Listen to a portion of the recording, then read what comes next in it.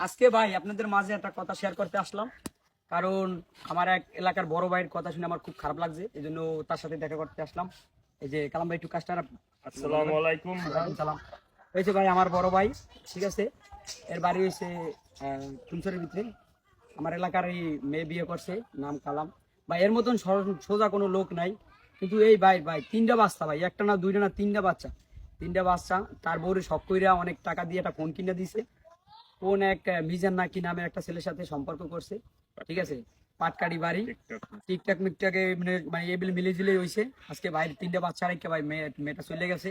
আজকে তার সংসারটা অনেক কষ্টে যাইতেছে। এবং কি এই লোকটা কি পরিশ্রম করে একটু দেখাও, একটু পরিশ্রম করে দেখেন। এই যে বালি মেলি করে, ঠিক আছে। এই যে বালি মেলির কাজ বাজ করে, এই যে দৈনিক কাজ করে 400 টাকা 500 টাকা হাজিরায় কাজ করে, আর তারপর টাকা নিয়ে বউরে এত টাকা দিয়ে ফোন কিনে দিচ্ছে। আর এই বউ তিনটা বাচ্চা রেখে ভাই গেছে কোন, এর কি বিচার হওয়া উচিত, আর এই ছেলের কি বিচার হওয়া উচিত?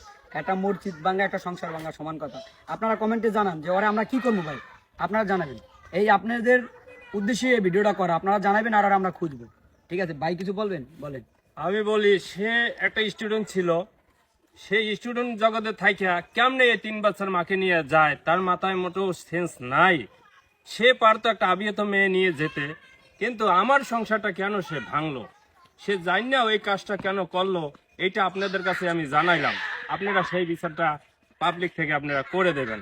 আমার আর কিছু বলার নেই, আমার কষ্টে বুকটা ফাইটা যাচ্ছে। সবাই কমেন্ট করে জানাবেন যে কি বিচার করা উচিত।